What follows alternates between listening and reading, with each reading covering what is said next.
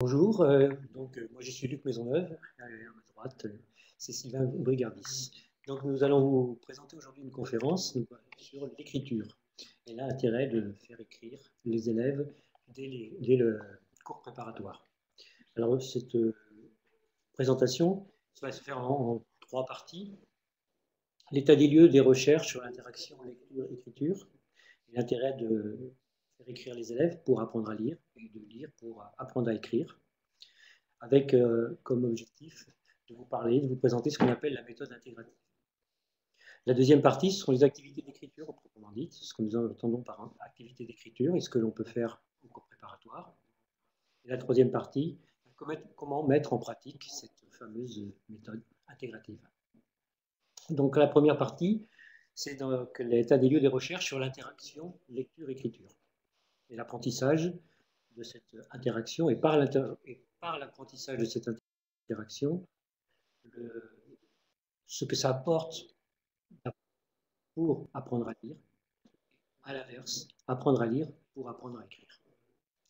Donc un tout petit rappel théorique sur décoder et encoder. Décoder, c'est-à-dire lire, et encoder, c'est-à-dire écrire. Donc je vais commencer par décoder, mais c'est un rappel extrêmement rapide. Les élèves, dans un premier temps, en effet, décodent, reconnaissent plutôt des lettres, mais ça dure très, très peu de temps. Très rapidement, les élèves décodent des lettres et des ensembles de lettres. Lorsqu'ils décodent des lettres, on appelle ça plutôt de la lecture alphabétique. C'est-à-dire qu'ils décodent les lettres une à une.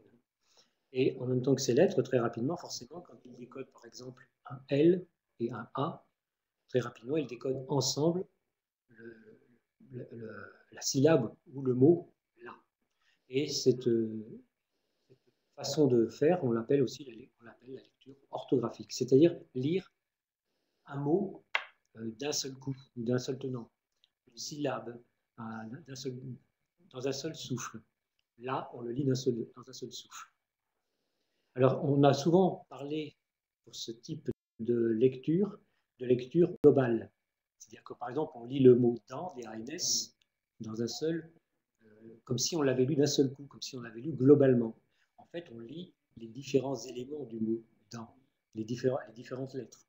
On ne confond pas dans, D-A-N-S, et dans, D-E-N-T.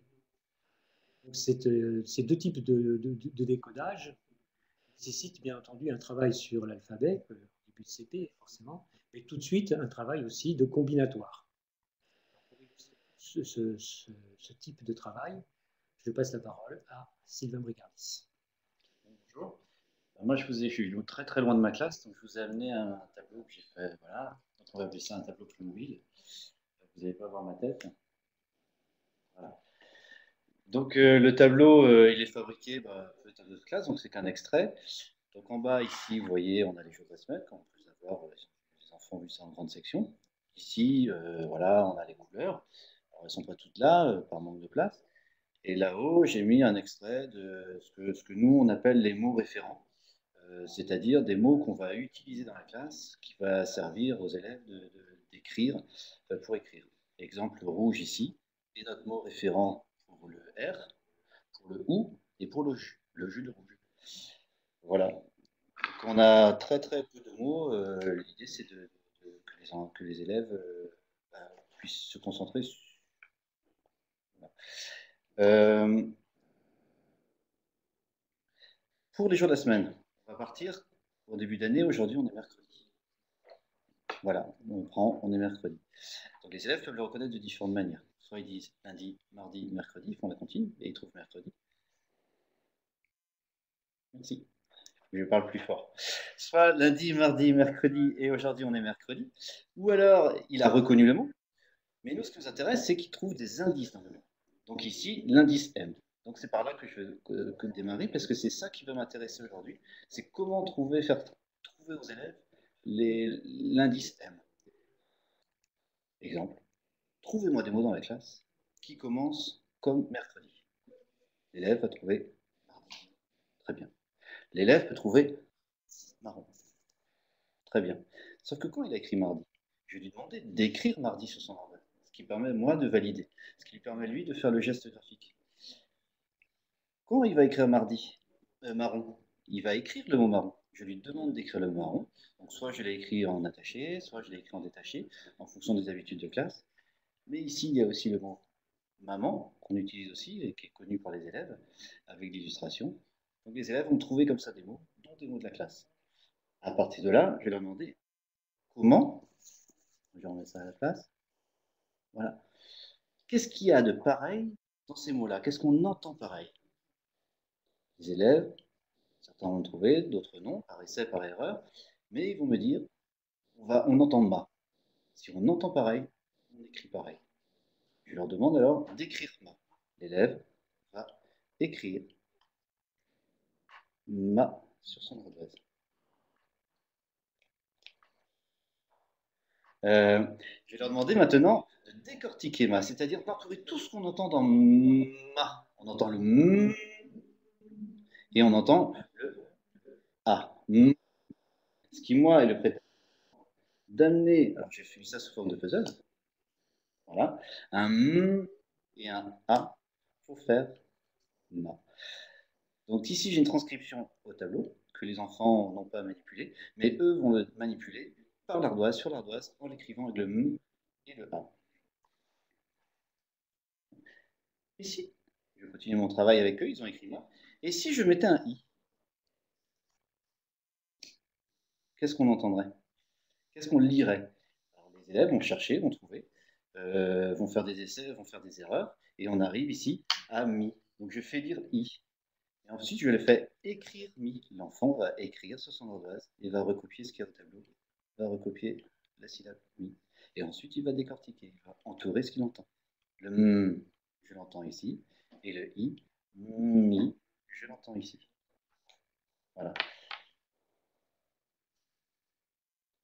Pareil pour mots. Comment faire?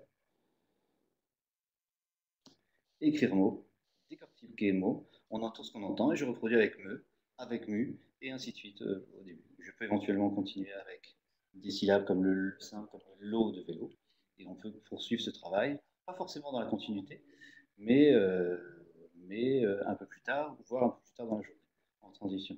Ce qui fait que si on calcule bien, en très peu de temps, sur une séance très très courte, on a déjà écrit 4 mots, mardi, mercredi, marron et maman, et les élèves ont écrit entre 5 et 10 syllabes selon la durée de l'activité. Bien. Alors, donc, voilà, je reprends par rapport à ce que Sylvain Brigardis vous a présenté. C'est à la fois de la lecture et de l'écriture. Donc, là, je reviens sur ce que j'ai dit juste avant. Il vous a donc présenté de la lecture alphabétique, lecture de lettres, et je reviendrai tout à l'heure sur l'écriture de ces lettres. Et également de l'écriture, je dirais, de combinatoire, puisque par exemple, en présentant certaines syllabes comme mi, bien entendu, M et I font mi. Donc nous sommes en lecture, mais nous sommes toujours aussi en écriture. Pour le moment, restons à la lecture. Je reprends donc les quelques éléments avant de passer à l'écriture, c'est-à-dire que décoder, c'est reconnaître en effet les éléments de la langue, mais c'est aussi apprendre à les combiner très rapidement dans des syllabes ou lorsque des très courts mots, lorsque les mots, par exemple, ne font qu'une syllabe. C'est ce qu'on appelle aussi les mots outils. Alors, maintenant, forcément, vous avez vu que Sylvain Brigardis il vous a présenté un travail de décodage et d'encodage. C'est-à-dire que les élèves écrivent dès le début du CP et écrivent dès les premières séances. Donc, encoder, c'est bien entendu, c'est écrire. Donc on écrit des lettres, et très rapidement on écrit des lettres, et on écrit des syllabes, et on écrit même des petits mots, dès le début. Et en quoi le mécanisme d'écriture renforce-t-il l'apprentissage de la lecture? C'est qu'il est souvent, il est même presque toujours beaucoup plus difficile d'écrire que de lire.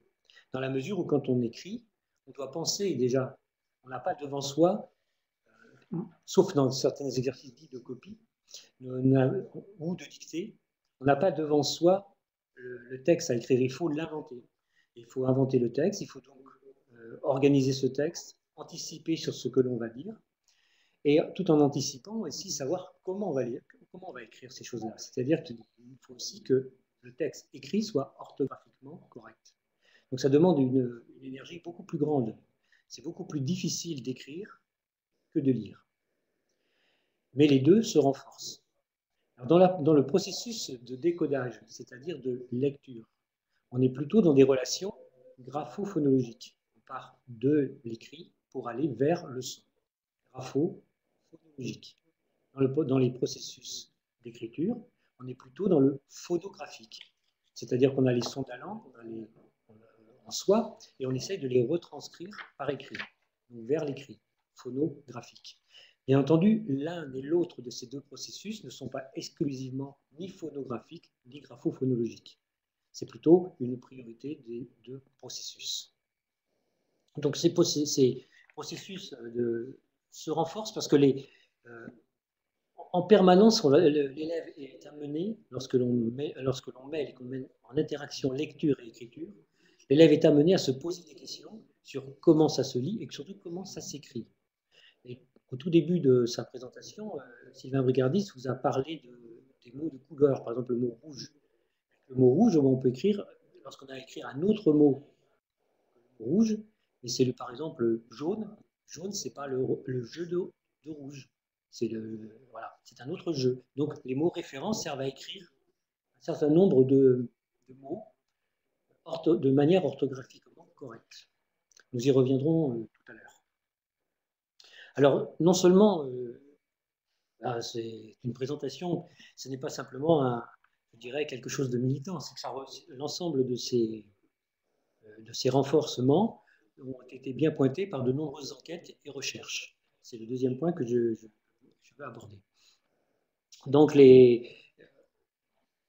depuis maintenant au moins une quinzaine d'années, voire une vingtaine d'années, pratiquement toutes les recherches pointent l'intérêt d'écrire et de lire, de faire écrire et lire, faire apprendre à écrire et lire en même temps, le plus en même temps possible. De toute manière, quand on écrit, on lit ce qu'on écrit. Et donc, parmi ces recherches, il y a notamment la recherche PIREF, qui a eu lieu au début des années 2000 jusqu'en 2004, 2006, sur un ensemble de 120 classes de CP en France, a mis en évidence un certain nombre de pratiques. Et ces pratiques étaient plus ou moins efficaces. Et parmi ces pratiques plus ou moins efficaces, 2 ou 3 ont émergé, et notamment le fait que certains des enseignants faisaient écrire beaucoup plus que les autres. Voilà. Donc, donc, je vais également vous montrer, parler de d'autres recherches et surtout vous faire passer le PDF, merci. Une recherche à laquelle j'ai participé. Donc j'ai également participé à la recherche PIREF, à l'ONL, l'Observatoire national de la lecture, qui maintenant n'existe plus, mais qui a fonctionné pendant de nombreuses années. Et lors de ce travail sur une analyse de manuels de lecture au CP, nous avions fait un certain nombre de relevés sur la lecture, l'écriture et autre chose, et tout particulièrement tous les exercices d'écriture que l'on trouve dans les manuels de CP. Donc, j'attends que la diapositive arrive. Voilà. Donc vous avez simplement 5 exemples pour 5 manuels. Et donc nous avions relevé dans notre groupe de recherche le nombre d'activités d'écriture. Alors je reviendrai sur ce que ça entendait par activité d'écriture. La colonne de droite de ce document montre qu'il y a extrêmement peu d'exercices d'écriture. Et certains manuels, on pourrait considérer qu'il n'y en a même pas. Léo et Léa, par exemple, avec 1,50% d'écriture, il y en a extrêmement peu. Donc, malgré les recherches, à l'époque, ces manuels, vous voyez les dates, il y en a un plus ancien, mais les autres manuels sont des années 2004, 2005. Les manuels n'avaient pas encore pris en compte le fait qu'il est important d'écrire en même temps qu'on apprend à lire. Et les activités d'écriture qui étaient proposées dans les manuels, comme vous voyez sur la colonne de droite, sont essentiellement des activités de graphisme, c'est-à-dire d'apprendre à dessiner les lettres. Ensuite, nous trouvions des activités de copie, puis quelques activités de dictée, mais en nombre beaucoup moins important, et quasiment aucune activité d'expression écrite. Donc, ce que nous entendons par expression écrite, c'est toute activité qui n'est pas une activité de copie ou de dictée. Alors, Regardez rapidement deux autres, mais ce sont la même chose, c'est juste vous dire, montrer d'une autre manière de le présenter. Les quatre et cinq manuels du tableau précédent, une autre manière avec des couleurs. Voilà. Donc on voit très bien que les activités, parmi les activités d'écriture, les activités dites de graphisme sont les activités dominantes. Et ces activités, les nombres bas des graphiques sont les périodes de l'année. Et donc plus on avance dans l'année, moins on écrit. Notamment, on voit la lecture tout-terrain, où il ne reste plus que des activités de copie à partir de la période, disons, 4 et 5, les deux dernières périodes de l'année. Donc, ce que je vais avant de passer à la deuxième partie, c'est tout l'intérêt de faire ces deux choses à la fois pour les élèves et ne pas attendre, comme on le voit souvent dans les différentes séances que l'on peut observer, ne pas attendre la fin des séances, ne pas attendre aussi que les élèves sachent un peu lire pour écrire, mais bien leur demander d'écrire dès le début de l'année, dès le premier cours. On leur demande d'ailleurs ce genre de travail en maternelle.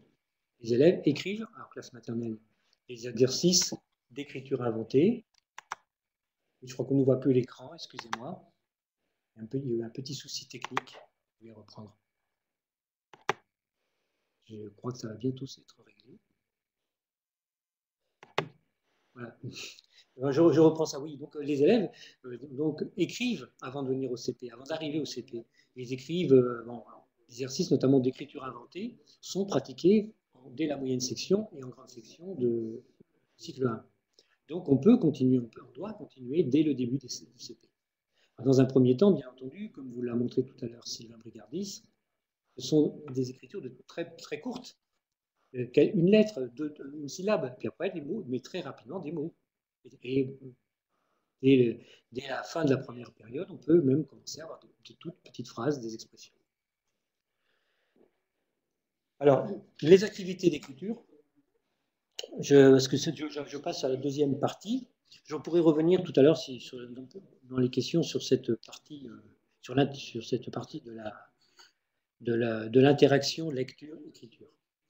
Parce que bien entendu, j'ai annoncé que nous parlerions de la méthode intégrative. La méthode intégrative, c'est une interaction de la lecture, de l'écriture et de la compréhension. Alors, donc dans les activités d'écriture, nous choisissons de 4 gammes d'activités. Donc là, déjà dans cette présentation, j'ai utilisé, Sylvain Brigardis aussi a utilisé les mots de graphisme, les mots de copie, ainsi de suite. Donc par graphisme, nous entendons tout ce qui est apprendre à dessiner les lettres, puis apprendre à les écrire. De nombreuses études, et notamment un groupe de travail à Genève, dirigé par Pascal Zesiger, montre bien que toute l'école primaire, mais essentiellement l'école élémentaire, doit apprendre à automatiser le geste d'écriture. Et que si on met plus d'une seconde pour écrire une lettre en fin d'école primaire, on est en échec au collège. Donc, importance d'apprendre à écrire, d'apprendre le geste de l'écriture. C'est le graphisme. Ensuite, des activités de copie. Les activités de copie, c'est copier ou recopier des textes déjà écrits. Ces activités de copie peuvent forcément, bien entendu, vont être faites manuellement. On va recouper certaines activités de graphisme, mais on peut très bien copier aussi à l'ordinateur, recopier des textes sur ordinateur à l'aide d'un traitement de texte. Enfin, deux autres activités, activités de dictée, et dans ces activités de dictée, 2 activités. Une activité de dictée, la plus classique, on va dire, évaluation. On dicte à des élèves des sons, des mots, et on vérifie si ce qu'ils ont écrit correspond à ce qu'on a dicté.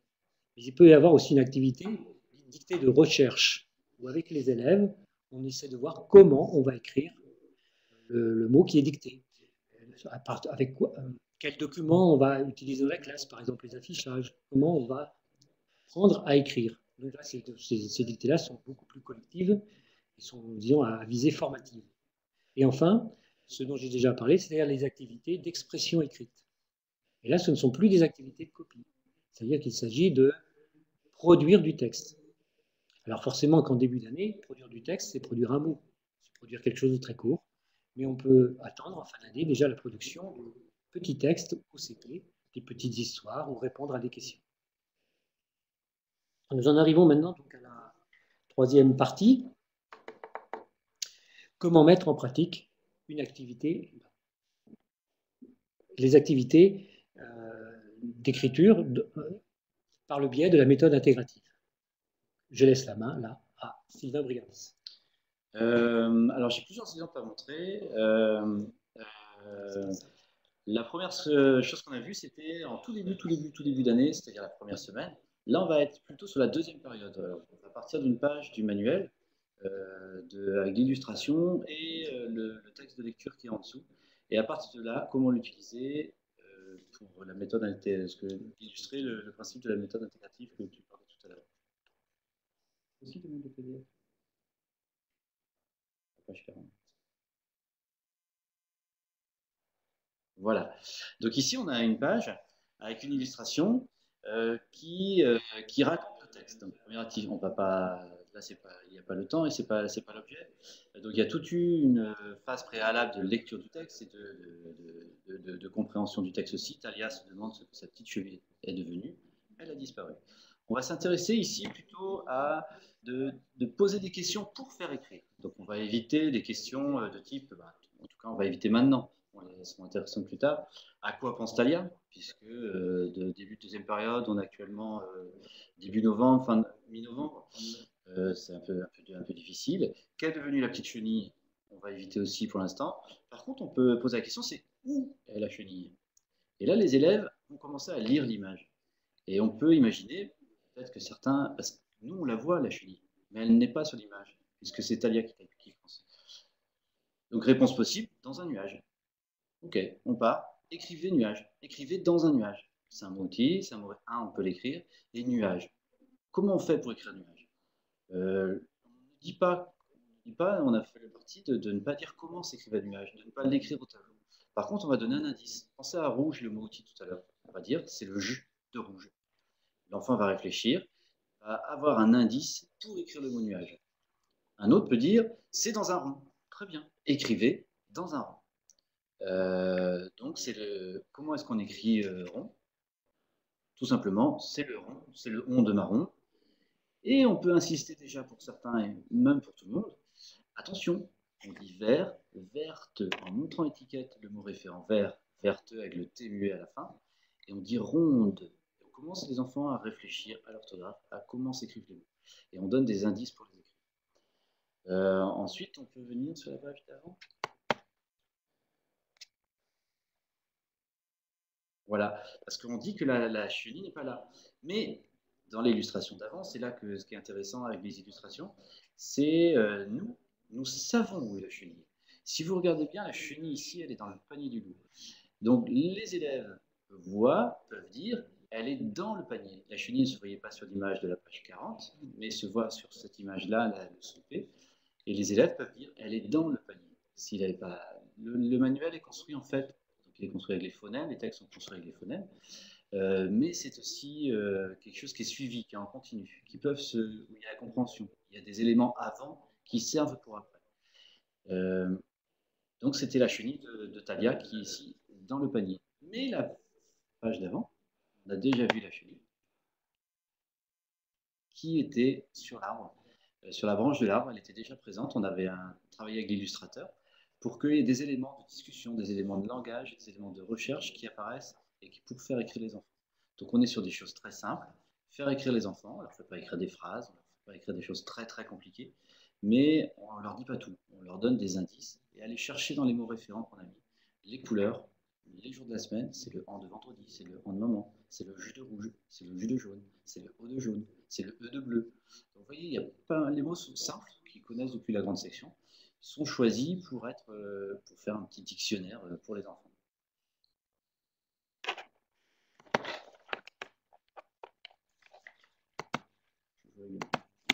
Non, c'est à toi. Oui. Donc, non, J'ai encore 2 exemples. Alors, donc, nous sommes dans la troisième partie, donc comment mettre en pratique une méthode intégrative. Donc, un certain nombre d'écritures au début, j'en ai déjà parlé. Beaucoup d'utilisation aussi de l'ardoise. L'ardoise est en permanence. Voilà. Les élèves écrivent sur l'ardoise tout le temps. L'ardoise dès la première heure de l'année jusqu'à la dernière, quoi. Donc, c'est également les affiches, dont a parlé plusieurs fois Sylvain Brigardis. Les affiches dans la classe qui servent de mots, qui sont des affiches sur les mots référents de la classe. Donc, il y a également, au fur et à mesure de l'année, il y a un certain nombre de mots-outils aussi qui vont être mis en place. Et tout ça, ce sont des éléments qui vont permettre d'écrire, mais qui non seulement vont permettre d'écrire, mais vont permettre aussi d'apprendre à lire. C'est-à-dire qu'à chaque fois, il y a un acte de lecture et un acte d'écriture.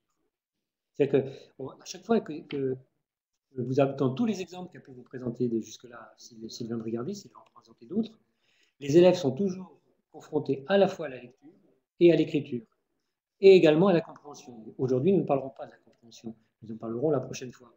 Mais à chaque fois, la méthode intégrative, c'est ces trois dimensions qui sont tout le temps mêlées. À chaque fois, c'est pour comprendre. On lit pour comprendre, on écrit pour se faire comprendre ou pour comprendre, et les trois sont mêlés. Et là, aujourd'hui, nous sommes sur lecture et écriture, et vraiment, c'est de montrer qu'on peut écrire tout de suite. On n'a pas besoin d'attendre pour écrire. Donc maintenant, nous allons montrer quelques exemples de deux exercices voilà, plus, disons, les plus emblématiques de cette méthode intégrative dans l'interaction lecture-écriture. Alors, je ressors le tableau. Alors ici dans le tableau, vous vous souvenez, on a les jours de la semaine, on a les couleurs. Donc tout à l'heure, je disais, c'est le jeu de rouge, le jeu de jaune, c'est le jeu de vert, le jeu de vendredi. Et on peut partir un peu plus tard, toujours, tout début d'année, c'est-à-dire quelque chose qui peut se faire dès la première semaine de l'année. On a vu qu'on était mercredi, on peut leur poser une question. Quel jour on sera demain? Demain, on est jeudi. Aux élèves, on leur demande d'écrire jeudi sur l'ardoise. Plusieurs stratégies, on a dit tout à l'heure, je le trouve avec la comptine. Je me trompe, je réussis, mais je vais écrire jeudi. Même principe que tout à l'heure, c'est le démarrage, c'est une activité un peu récurrente. Connaissez-vous des mots qui commencent comme jeudi? Les enfants lèvent la main, oui. Il y a jaune, j'ai trouvé jaune. D'accord? Trouvez-moi d'autres mots qui commencent comme jeudi. Et là, je peux les écrire, certains, ou faire écrire certains. L'enfant peut dire girafe. Oui, bien, on entend ju au début de girafe. Il peut dire jouri, c'est un enfant de la classe. Il peut dire journal, mais il peut aussi dire joli. Donc moi, j'ai écrit les mots qui m'intéressent. Je vais éviter d'écrire, les mots qui commencent par le jus de rouge, mais phonologiquement, les enfants ont raison. J'entends pareil, j'écris pareil. Et là, à partir de ce moment-là, je peux demander de faire écrire le mot joli, parce que j'entends ça commence comme jaune. Qu'est-ce qu'on entend ensuite? J'entends le O, jo. Moi, je l'écris au tableau. Voilà, joli. J'entends joli. Je peux travailler aussi avec Sia, on a fait ici là-dessus.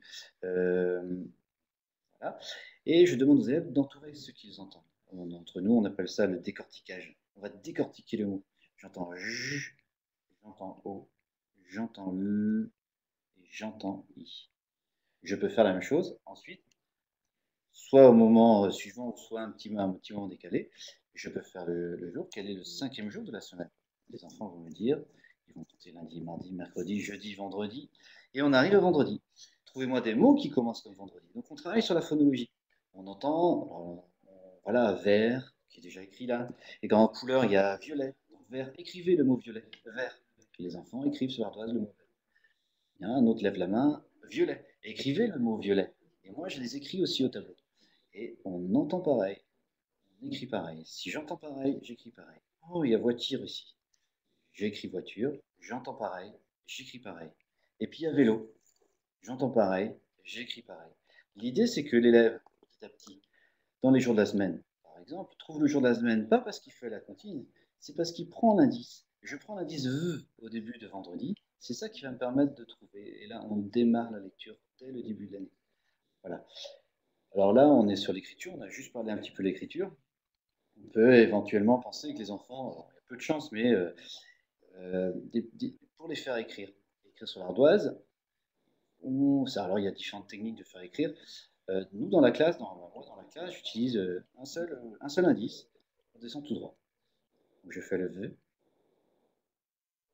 le O, c'est pas assez compliqué pour le O. Alors j'écris à l'envers, je vous m'excuserez pour la tenue du crayon. Le L, je descends tout droit. Je fais le A, je descends tout droit. Je fais le T, pardon, je descends tout droit. J'écris à l'envers, c'est pas facile, j'espère que je suis droit. Le I, je descends tout droit. Le L, je descends tout droit. Et le après. Avec cet indice, l'élève a une écriture qui est à peu près normée dès le début de l'année. Et il va réécrire avec cet indice, je descends tout droit, je descends tout droit. Voilà. Pour cet exemple, je joue avec les mots. Après, il y a d'autres dispositifs qu'on a mis en œuvre. Alors, la finalité est la même, mais l'entrée est différente. Mais les entrées se croisent tout le temps, tout le temps, tout le temps. Reprenons le départ. Où est-ce que j'ai mis ça? On a mis.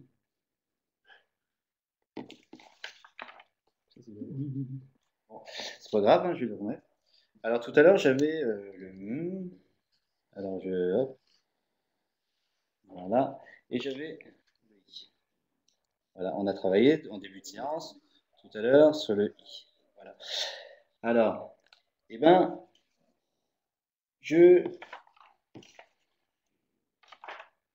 voilà. Alors, je prends un Mi et je demande de repartir de Mi. On reprend l'exercice. L'activité, c'est pas refaire l'exercice, c'est aussi une manière pour moi de passer la consigne. On refait sur quelque chose de connu. Résultat, il n'y a pas de nouveauté. L'enfant qui était un petit peu en difficulté, qui n'a pas très bien compris la première fois, récupère le fil. Et, voilà. Et si je rajoute un A, voilà. Qui peut lire? Alors l'enfant peut lire ici. Voilà, excusez-moi. Voilà. Qui peut lire? Bravo. Donc, et là, on peut demander aux enfants d'écrire le mot qui a été trouvé. Ici, c'est ami. Et on entend ce qu'on entend. J'entends A, j'entends M et j'entends I. Donc l'élève, on a retranscrit un support visuel qui, moi, me permet en classe, alors ça c'est puzzle, ça peut être autre chose, un support visuel. Les élèves se sont le réappropriés, peuvent l'utiliser sur l'ardoise et peuvent écrire. On n'est pas simplement dans la manipulation d'étiquettes. Voilà, les élèves sont directement en écriture de mots. Voilà. Je peux également demander aux élèves, et si je fais ça? On a vu samedi, on a vu sapin. Et bien à partir de là, qu'est-ce qu'on entend pareil? On entend ça. Et bien si j'écris ça, c'est un petit clin d'œil à une collègue. Si j'écris, est-ce que quelqu'un peut me lire ça? Les élèves vont lever la main, vont essayer, vont faire des erreurs. Éventuellement, je donne la solution au début d'année. Mais oui, on entend Samy. Je leur demande d'écrire le mot. Les élèves écrivent le mot Samy. Et je leur demande ensuite d'entourer tout ce qu'on entend dans Samy. J'entends S, j'entends A, j'entends M et j'entends I. Donc là, on est déjà, les enfants écrivent et on est dans la phonologie et dans le code. Voilà, je peux ensuite enlever le I et leur demander de rajouter, de continuer le mot ici. Les enfants vont essayer, les enfants vont écrire, lever l'ardoise. Il y a peut-être un enfant qui va m'écrire Samu, Samu, Sameu. Et je demande à un enfant, et lever l'ardoise, lever l'ardoise. Voilà, lever l'ardoise, je fais lire un élève, qu'as-tu écrit? Et je demande aux élèves, aux autres, à toute la classe, d'écrire son mot. Éventuellement, peut-être que ce qu'il a écrit ne correspond pas à ce qu'il a lu. Mais je valide au tableau, voilà, en mettant l'étiquette, et je reproduis avec d'autres. Voilà, je peux également faire ça. Je peux enlever la première syllabe, ici, et mettre une syllabe vierge. Et là, leur demander de trouver avec une autre syllabe. Alors, des syllabes, ils peuvent en trouver déjà dans les mots référents. Peut-être qu'ils en connaissent dans leur prénom, mais on a vu le mât tout à l'heure. On a vu le lot de vélo, on a vu le V. Il y en a dans les jours de la semaine. Il y a le dit, il y a des choses comme ça. Et l'enfant, même procédure. Il va écrire son mot sur la base. Il lève l'ardoise, Il y a un élève qui lit ce qu'il a écrit, et les autres écrivent ce qu'il a lu. Et ensuite, on demande à un autre élève de lire ce qu'il a, et ainsi de suite. Et là, les élèves, sur une séance relativement courte, ont écrit plusieurs mots et ne sont pas manipulés ou entourés, mais ils sont aussi en phase d'écriture et de production. Voilà, j'ai fini pour cet exemple. Je redonne la main. Et je pense que comme nous arrivons au terme de notre présentation, là, je reprends très très rapidement ce qui a été fait. Donc là, les exemples que vous a présentés Sylvain Brigardis donc, montrent bien des interactions entre la lecture et l'écriture. Alors, je vous ai parlé, mais un peu rapidement, bien entendu, d'un certain nombre d'enquêtes et de recherches qui montrent le bien fondé de l'interaction lecture-écriture. Actuellement, se déroulent des recherches, sont en train de se dérouler des recherches, notamment dans Lire, écrire au CP, qui est une recherche qui a commencé il y a un peu plus de 2 ans maintenant, des travaux qui sont sur plusieurs dimensions de la lecture, mais tout particulièrement sur la dimension de l'écriture en CP. Donc les travaux sont encore en cours, mais déjà, nous savons que tout l'intérêt est de faire écrire et lire en même temps, donc de faire apprendre à décoder et encoder en même temps, le plus en même temps que possible. Bien entendu que c'est difficile de tout à fait au même moment, mais le plus en même moment qu'il est possible. C'est ce que je crois que les exemples que vous a présentés Sylvain Brigardis montrent bien ce souci de cette interaction permanente. Et c'est donc ces 2 dimensions sont 2 des 3 dimensions de ce qu'on appelle la méthode intégrative. Parce que bien entendu, à chaque fois que Sylvain Brigardis vous a présenté des exercices, les élèves sont amenés à comprendre ce qu'ils écrivent, à comprendre ce qu'ils lisent. Et nous reviendrons bien entendu sur cette 3e dimension dans le prochain webinaire. Je tiens, avant de finir, j'essaie de nous excuser l'un et l'autre. C'était la première fois que Sylvain Brigardis et moi, nous faisions ce type d'exercice. Donc, il y a eu sûrement quelques imperfections. Nous avons peut-être été un peu vite. Nous n'avons pas toujours parlé assez fort. Nous essaierons de faire mieux la prochaine fois. Mais voilà. Donc, c'est à vous, je crois. Maintenant, on va essayer de répondre à un certain nombre de questions que vous avez posées au cours de notre exposé. Voilà. Nous prenons connaissance des questions. Donc, quelques secondes de lecture de notre part et nous essayons d'y répondre. Alors, pouvez-vous nous donner la définition de la méthode intégrative? Ah ben ça, je peux essayer. Oui, je viens de la donner d'ailleurs. La méthode intégrative, c'est la méthode qu'on appelait avant interactive. La méthode interactive date environ en France des années 1987-88. Et c'est Gérard Chauveau qui avait beaucoup travaillé sur cette méthode-là. Donc la méthode interactive, c'était l'interaction du code et du sens. C'était donc à chaque fois qu'on apprenait du code, c'était pour mieux comprendre, et quand on comprenait, c'était pour apprendre le code. Et à cette méthode interactive, très rapidement, Gérard Chauveau a aussi ajouté la culture, des connaissances. La méthode intégrative ajoute finalement à tout cela l'écriture. C'est de la méthode interactive plus l'écriture. En fait, dans toute l'histoire des méthodes, il n'y en a pas énormément des grands groupes de méthodes, les méthodes de lecture étaient essentiellement des méthodes de lecture, sauf la méthode naturelle. Et qui était une méthode d'un côté à tendance globale en lecture, mais aussi une méthode qui faisait écrire les élèves. La méthode naturelle, c'est la méthode qu'on appelle plus couramment Freinet. Et donc, dans la méthode Freinet, les élèves écrivaient énormément. Et c'est sans doute pour cette raison que la méthode naturelle, lorsqu'elle est pratiquée en respectant l'ensemble de ce que prône la méthode naturelle, est une méthode qui fait très très bien apprendre à lire les élèves. Et c'est sans doute, non pas à cause de sa partie lecture, mais bien grâce à sa partie écriture. Donc la méthode, je répète une dernière fois, la méthode intégrative, c'est l'interaction de l'apprentissage du décodage, de l'encodage et de la compréhension. Voilà. Question suivante. C'est peut-être pour moi là. Les élèves en difficulté restent sur le côté, le nombre d'opérations mentales est trop important. Alors effectivement, vu sur une séance comme tout là, où on doit faire très vite sur un tableau plus mobile, effectivement, ça peut paraître difficile. Non, au contraire, Luc, tu pourrais peut-être parler pour voir ça répondra à l'autre question. Mais les élèves, au contraire, sont stabilisés, sont structurés, parce que, reprenons l'exemple du rouge, il est évident que dès le début de l'année, rouge, ça va être le mot repère pour le R. Et que je ne vais pas venir travailler le ou, je ne vais pas venir travailler le jeu. Mais au moment où un enfant veut écrire, par exemple, c'est un exemple. Peut-être que cet enfant-là va être prêt et je pourrais lui donner à lui cet indice de jeu de Julie, qui ne va pas être le même indice pour un autre enfant qui n'est pas, qui n'est pas encore prêt ou qui n'est pas encore aussi avancé. Les activités sont redondantes et on travaille de manière très courte sur des moments, vous avez vu, de 5, 7, 10 minutes. Avec les consignes qui reprend en grande partie ce qui a été fait avant, du coup l'enfant est structuré, il est stabilisé, il est pas en difficulté sur ce qu'il fait. Parce qu'il est rassuré, tout simplement rassuré. Je fais ce que je fais, et il n'a même pas l'impression que les choses se viennent difficiles, puisque les choses évoluent petit à petit, en s'appuyant sur ce qu'ils connaissent. Alors effectivement, au départ, l'affichage, il n'est pas affiché dans la classe.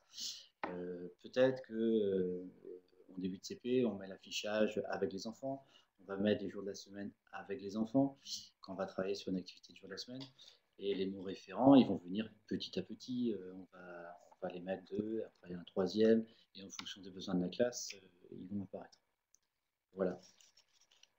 Du coup, peut-être pour le Piref, tu reprends la une, celle-là. Oui, je reprends pour je poursuis sur ce que disait Sylvain Brigardis, il y a une question qui porte sur l'apprentissage du langage écrit qui doit être explicite et structuré, et que cette méthode que nous présentons serait très élitiste.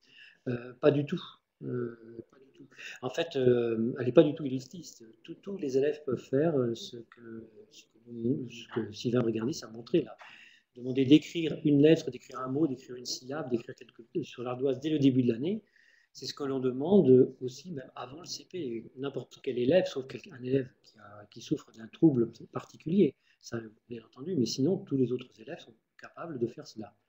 Et c'est explicite et structuré, bien entendu. Ce n'est pas au hasard quand les élèves écrivent, et ils n'écrivent pas n'importe quoi, n'importe comment, et tout est expliqué et explicité. Les deux mots, hein, expliqué et explicité, et repris et entre dans une progression. C'est-à-dire que ce n'est pas au hasard de ce que les élèves ont envie de dire. C'est au travers d'une progression de l'apprentissage des relations graphophonologiques, et une progression qui a été réfléchie. Voilà. Donc c'est bien explicite et structuré, et c'est bien une méthode qui s'adresse à tous les élèves. Et dans le troisième webinaire, on reviendra dire explicitement là, sur cette question, puisqu'il portera sur la différenciation. Alors, plusieurs fois, Sylvain Brigardis a parlé du PIREF. En effet, dans cette première étude PIREF, les 120 classes qui étaient suivies dans cette enquête, étaient des classes de tout milieu. Il y avait des classes difficiles, des classes dans un milieu socio-culturel défavorisé comme favorisé. Nous ne nous étions pas intéressés à l'acquisition de la lecture en soi, mais bel et bien au progrès réalisé par les élèves entre le début et la fin de l'année. Ce que montrait cette étude, c'est que certaines pratiques faisaient beaucoup plus progresser les élèves que d'autres. Notre interrogation a été alors, pourquoi, qu'est-ce qui pouvait bien caractériser ce type de pratique? Et l'un des paramètres, pas le seul, l'un des paramètres est la pratique de l'écriture. Donc, ce n'est pas le seul, bien entendu, puisqu'il y a d'autres pratiques, il y a également des paramètres liés au choix de certains manuels. Donc, la question qui est également posée, c'est quel manuel utilisez-vous?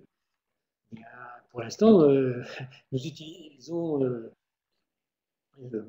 des manuels transformés.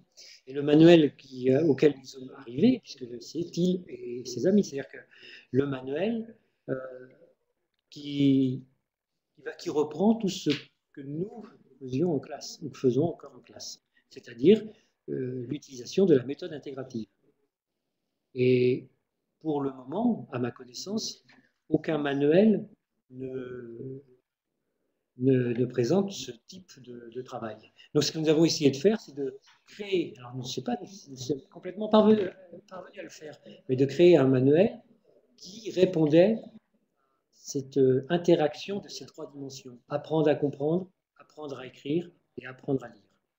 Thiel et ses amis, qui va apparaître bientôt chez Belin, qui va sortir cette année, en février 2015, essaie de répondre. Voilà, C'est-à-dire que c'était un défi pour nous de faire interagir les différentes dimensions de la lecture et de les faire interagir pour tous les élèves, pas simplement sur des élèves plus avancés, bien au contraire. Alors, je ne sais pas quelle est la question suivante. Il n'y en a plus, on a répondu à toutes les questions. Non. Personne n'a répondu à toutes les questions, c'est merveilleux. Excusez-nous, même, parce que les questions, vous avez écrit énormément de questions à droite de l'écran, mais tout en parlant, c'est difficile de les lire. La copie différée est-elle pertinente en cycle 2? Alors, je vais. Voilà. La copie différée, ouais, c'est intéressant d'en faire. Exemple, j'écris un mot au tableau. Je peux recopier tout de suite, mais on n'est pas sur la copie différée comme sur le texte long, on est vraiment sur des choses courtes. On se retourne, je cache le modèle, et là je leur demandais d'essayer de copier. Donc c'est de la recopie, mais elle est différée dans le temps, c'est-à-dire que le modèle a été enlevé. Du coup, l'enfant va devoir prendre des indices dans le mot. Comment est-ce que je l'écris? Est-ce que je regarde lettre à lettre? Quelle stratégie de lecture je vais choisir pour élaborer des stratégies d'écriture? Première stratégie, c'est je mémorise et j'apprends par cœur éventuellement. Deuxième stratégie, c'est j'entends comme, je crée, je fais des...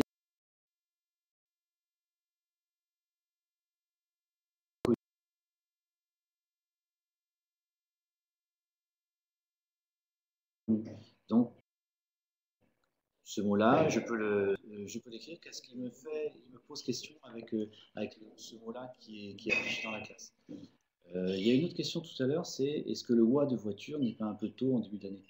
Bien sûr, le wa de voiture, le wa de voiture, et on ne le voit pas en début d'année, mais c'est le v de voiture qui nous intéresse en début d'année. Et c'est ce lien entre j'entends pareil et j'écris pareil. Voiture, vers, vélo. Il est là, il est affiché en classe. Et les enfants vont s'approprier ce mot voiture.